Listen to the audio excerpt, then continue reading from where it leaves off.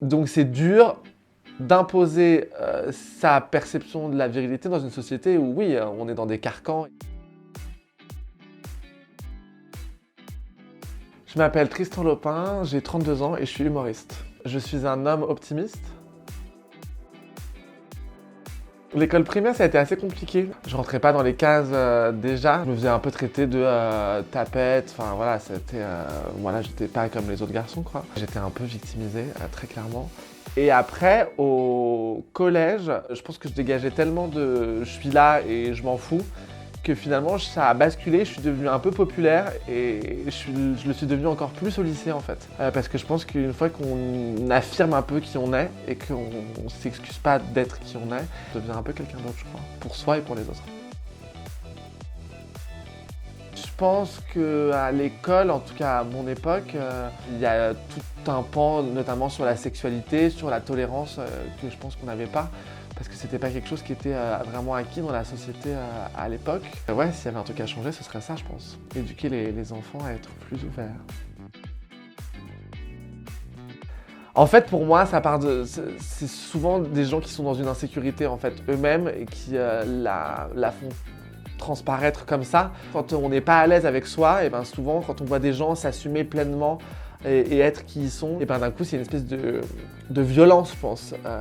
Et les gens ont du mal à accepter le fait qu'on puisse être à l'aise avec qui on est. Et du coup, ça se répercute comme ça, quoi. D'un coup, ils nous insultent parce que c'est genre, moi, en fait, j'y arrive pas du tout. Donc, toi, tu vas pas y arriver. Ça a été dur pour moi d'affirmer ouais, ma virilité, parce qu'en fait, la virilité, c'est un truc qui est très subjectif, en fait. C'est dur d'imposer sa perception de la virilité dans une société où, oui, on est dans des carcans et que, enfin voilà, si t'es une fille, il faut être féminine comme ci, comme ça. Si t'es un mec, il faut être masculin comme ci, comme ça. Il faut, donc, ouais, c'est très compliqué, évidemment.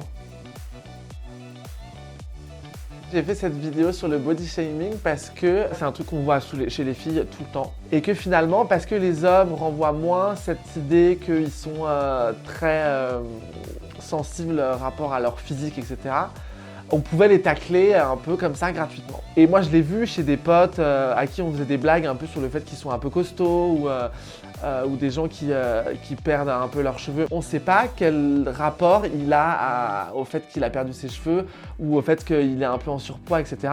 J'essaie de faire attention à pas blesser les gens et à pas titiller là où ça fait mal. Quand on connaît pas les gens, en fait, il faut faire attention à comment on leur parle. Le premier, je crois que c'était quand j'ai fait une colonie de vacances, j'avais 13 ans et c'était l'enfer. Moi, j'étais pas du tout en plus en phase avec moi-même à ce moment-là, donc ça a été une vraie souffrance.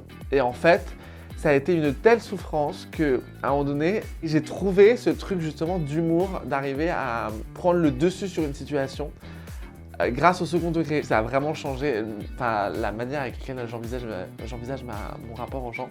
La deuxième chose, je pense que c'est quand mon premier amoureux m'a quitté.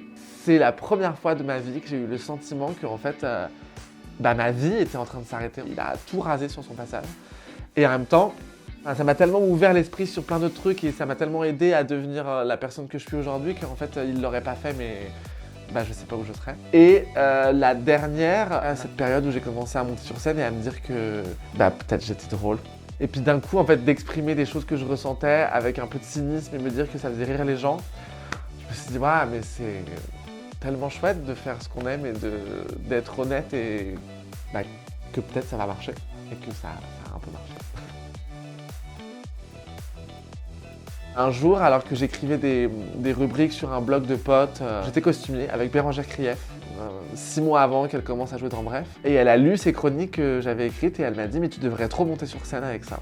Quelques mois plus tard, j'ai commencé à prendre des cours du soir, genre 3 heures par semaine, de one-man show quoi.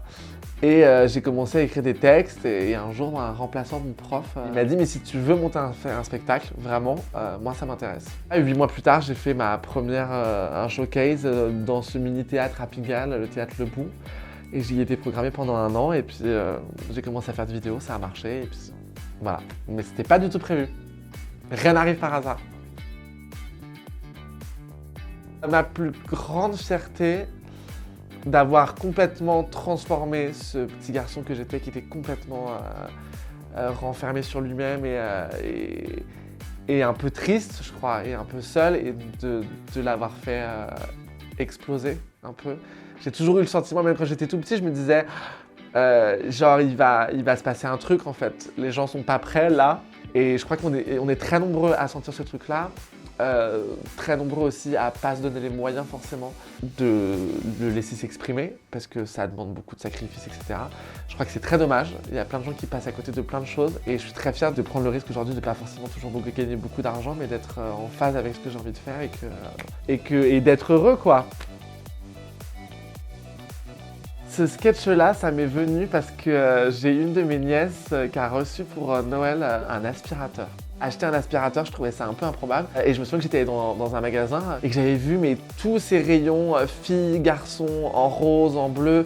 Et que je m'étais dit, mais en fait, on n'est vraiment pas du tout sortis, quoi. C'est là que commence l'éducation des gens, en fait, dans ces boutiques-là où on va tous consommer en masse pour acheter des jouets aux enfants. On essaie de parler d'égalité et en fait, déjà, à la base, le truc est complètement biaisé, quoi. Donc, voilà, je me suis dit, il faut en parler, quoi.